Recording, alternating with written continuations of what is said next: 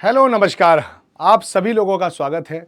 बिहार से एक और बेहतरीन खबर आने वाली है और एक कैंडिडेट के लिए जो कि एग्जाम की तैयारी कर रहा है उसके लिए सबसे बेहतर खबर कौन सी होती है कि वैकेंसी आ चुकी है। तो बिहार से और भी वैकेंसी आई हैं 1 to 5 के लिए और 6 to 8 के लिए। आइए इसी के संबंध में मैं आपको संपूर्ण जानकारी देना चाहता हूं। तो चलिए प्रारंभ करते हैं कि बिहार विशेष विद्यालय अध्यापक पात्रता परीक्षाएं BSSTET जो दिव्यांग बच्चे होते हैं, स्पेशल एबिलिटी वाले बच्चे होते हैं, उनके लिए ठीक है टीचर्स की आवश्यकता है और उसके लिए आपको ध्यान रखना चाहिए कक्षा 1 से 5 के लिए 5,534 पद सृजित किए गए हैं और इस पात्रता परीक्षा के बाद आप यहाँ पर अपॉइंट होकर पढ़ा सकते हैं, शिक्षक बन सकते हैं। 6 से 8 के लिए 1,745 पद हैं। आवेदन की प्रक्रिया शुरू हो चुकी है। 2/12/2023 से लेकर यह 22/12/2023 तक चलेगी, ऐसा आपको याद रखना चाहिए। आइए इसके बारे में संपूर्ण जानकारी लेते हैं और इसके सीधे हम आधिकारिक वेबसाइट पे आपको ले चलते हैं और यहाँ पर हम बहुत सारी चीज़ें आपको बताने वाले हैं। तो देखिए यह है बिहार विद्यालय परीक्षा समिति पटना। विज्ञप्ति संख्या जो है वो 426 है, यहीं पर दे रखा है ये सभी। ठीक है, मैंने आपको बताया था ना कि माध्यम से बिहार विशेष विद्यालय अध्यापक पात्रता परीक्षा 2023 के आयोजन में मार्गदर्शिका उपलब्ध कराएगी। इसमें सामान्य विद्यालयों में अध्ययनरत विशेष आवश्यकता वाले छात्रों को, ठीक है, विशेष आवश्यकता वाले छात्र छात्राओं को शैक्षणिक अनुसमर्थन प्रदान करने के उद्देश्य से विभिन्न दिव्यांगता के प्रशिक्षित विशेष अध्यापकों के कक्षा 1 से 5 के लिए 5,535 एवं कक्षा 6 से 8 के लिए 1,745 पदों सृजित किए गए हैं। ठीक है, और अगर आपके अंदर जो मैं अभी क्वालिफिकेशन बताऊंगा इसकी क्वालिफिकेशन क्या है, तो अगर वो है तो आप इसको फॉर्म भर दें। ये इसका डेट दे रखी है यहाँ पर 2/12/2023 से लेकर 12/22/2023 तक, ऐसा आपको याद रखना है और ये ध्यान रखना है ना। चलिए आगे चलते हैं, इसकी संपूर्ण जानकारी मैं आपको यहाँ पर बताता चलता हूँ। तो आइए सबसे पहले यहाँ पर क्या होगा कि 2 पत्र हैं, यहाँ पर 2 प्रश्न पत्र हैं। 2 प्रश्न पत्र आप देख सकते हैं, ये 1 to 5 वालों के लिए है और ये 6 से 8 वालों के लिए है। ठीक है, अगर आप 1 से 5 और 6 से 8 दोनों के लिए जाना चाहते हैं तो फिर आपको दोनों ही जो पात्रता परीक्षाएं हैं वो आपको उत्तीर्ण करनी होंगी, ये दे रखा है। आगे चलते हैं तो थोड़ा सा और देखेंगे आगे चलकर कि यहाँ पर प्रश्न पत्र अगर फर्स्ट देखेंगे तो उसमें कितने प्रश्न आएंगे और कितने अंकों का है, यहाँ पे देख लेते हैं।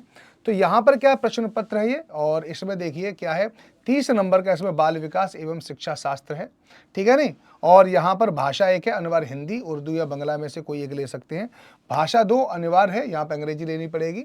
ठीक है, इसके बाद गणित है, 30 प्रश्न गणित से आएंगे, पर्यावरण अध्ययन से 30 प्रश्न आएंगे, कुल मिलाकर 50 है। जैसे सीटेट का जो सिलेबस होता है कुछ उसी प्रकार का सिलेबस आपको यहाँ पर देखने के लिए मिल रहा है और आप इसको देख सकते हैं, है ना। अगर आप 6 से 8 के लिए उत्तीर्ण होना चाहते हैं और वहां पर शिक्षक बनना चाहते हैं तो उसके लिए भी आपको याद रखना है कि द्वितीय प्रश्न पत्र को देखिए, यहाँ पर भी कुल प्रश्नों की संख्या 150 है, जो सीटेट का पेपर सेकंड होता है, सेम टू सेम उसी की तरह है। यहाँ पर भी बाल विकास यानी जो बाल विकास है साइकोलॉजी है, जिससे 30 प्रश्न होंगे।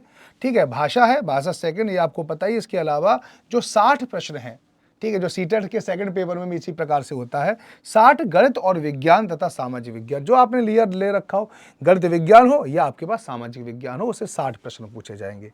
ठीक है ना, तो ये आपको अच्छे से पता होना चाहिए। ये आपका लगभग ये प्रश्न पत्र का प्रारूप रहने वाला है, ये आपको यहाँ पर दिख रहा है। ठीक है नहीं, प्रश्न पत्र के राज्य सरकार द्वारा अनुमोदित 1 से 5 के पाठ्यक्रम के आधार पर प्रश्नों का कठिनाई स्तर एवं लगाव माध्यमिक स्तर का हो सकता है। यानी माध्यमिक स्तर का मतलब कम से कम आपको 10th तक का तो पता होना चाहिए। द्वितीय प्रश्न पत्र राज्य सरकार द्वारा अनुमोदित 6 से 8 के पाठ्यक्रम का आधार होगा, परंतु प्रश्नों की कठिनाई का स्तर उच्चतर माध्यमिक स्तर का हो सकता है।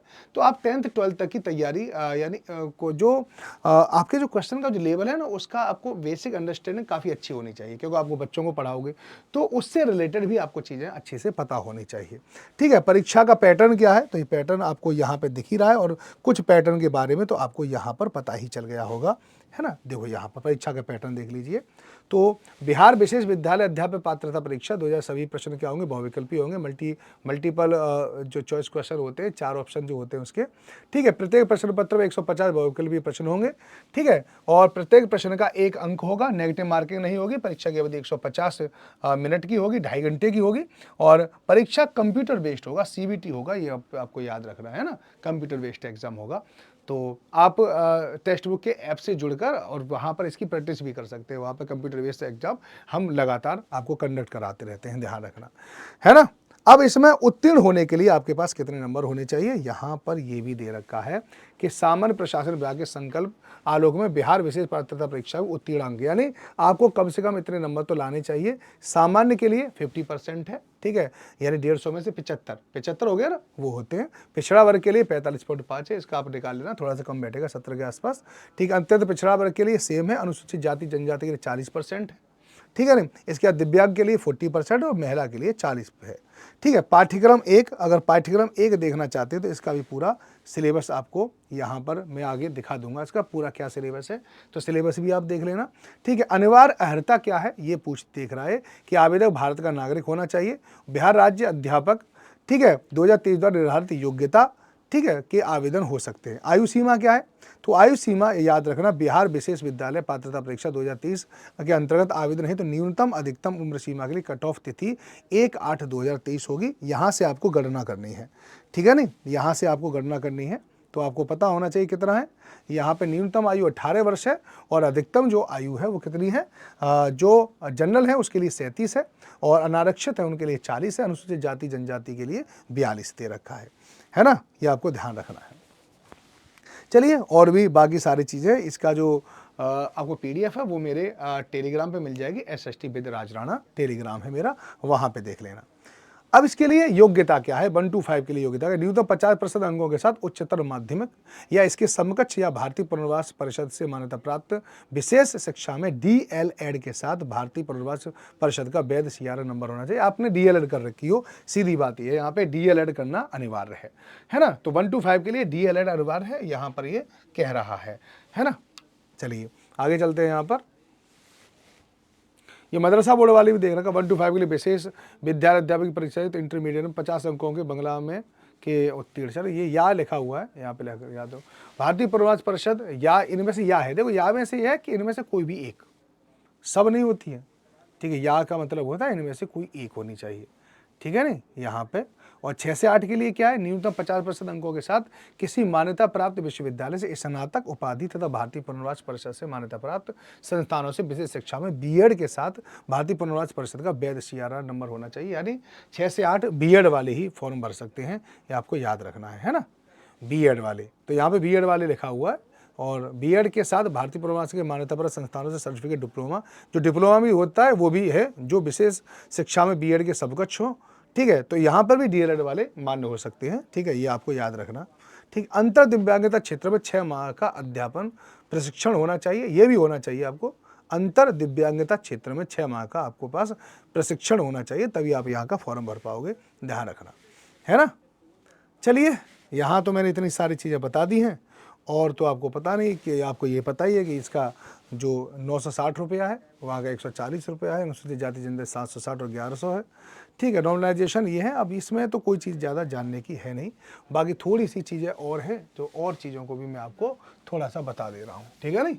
अब बताने के लिए मुझे आपको एक और चीज़ बतानी पड़ेगी इसके सिलेबस के बारे में। तो देखो सिलेबस भी यहाँ पे दे रखा है 1 to 5 के लिए पूरा की पूरा सिलेबस, विकास की अवधारणा, ठीक है नहीं, बाल विकास की सिद्धांत अवस्था, ये बिल्कुल सीटेट वाला जो सिलेबस है ना, बिल्कुल वही है। अगर आपने सीटेट की तैयारी की है तो आप यहाँ पे देख सकते हैं, विशेष आवश्यकता वाले अधिगम और शिक्षा क्षेत्र, ठीक है नहीं। और भाषा में देख सकते हैं, भाषा में भाषा ही समझिए, लिंग वगैरह, वचन, कारक, काल, विलोम, ठीक है। यहाँ पर भाषा की समझ है, शिक्षा शास्त्रीय आयाम है, ठीक है, ये सब है। गणित का भी ये सिलेबस है, अगर आप देख सकते हो। इसकी अगर PDF चाहिए तो मेरे SST with Raj Rana Telegram पर आप जरूर आ जाए, है ना, ये है, ठीक है। ये 6 से 8 के लिए है, अगर आप देखें तो 6 से 8 के लिए ये है, ठीक है। तो ये भी वही है, सेम टू सेम है। अगर आपके पास SST है तो SST तो आपको, आप देख सकते हैं SST, ये मैथ का सब्जेक्ट वो है, ठीक है नहीं, ये मैथ और साइंस का है। और इसके अलावा यहाँ पर एसएसटी का पूरा सिलेबस दे रखा, सामाजिक विज्ञान का, हमारा अतीत कब क्या और कैसे, ये सब वही एनसीईआरटी है, याद रखना एनसीईआरटी और एससीईआरटी। यहाँ पे आप देख सकते हैं पूरा की पूरा सिलेबस ऐसे ही उठा के रख दिया गया है। भूगोल का भी सिलेबस देखो, सौरमंडल, वायुमंडल, जलमंडल, ठीक है, ये सब दे रखा है यहाँ पर, आपको इसको पढ़ना है और ये पढ़ना है, ठीक है। यही है आपका अर्थशास्त्र के बारे में, जैसे जीविका के साधन, व्यवसायिक क्रिया, मुद्रा विनिमय, जनसंख्या वृद्धि, बिहार के संदर्भ में सार्वजनिक वितरण प्रणाली, खाद्यान्न, व्यवसायिक फसलें, सहकारिता, बाजार, आर्थिक सामाजिक मूल्य, सामाजिक विज्ञान की प्रकृति और अवधारणा, वर्ग कक्षा में चलने वाली प्रक्रिया, तार्किक चिंतन का विकास, शिक्षण विधि, ये सब है, ये आपको ध्यान रखना। चलिए, और भी अगर कोई इससे रिलेटेड आपको इन्फॉर्मेशन चाहिए तो आप मुझसे इन्फॉर्मेशन ले सकते हैं। आप फॉर्म भरिए और फिर तैयारी करने के लिए जुट जाइए अभी से। चलिए, बाय बाय, टेक केयर, सब लोग अपना ध्यान रखें। जय हिंद, जय भारत।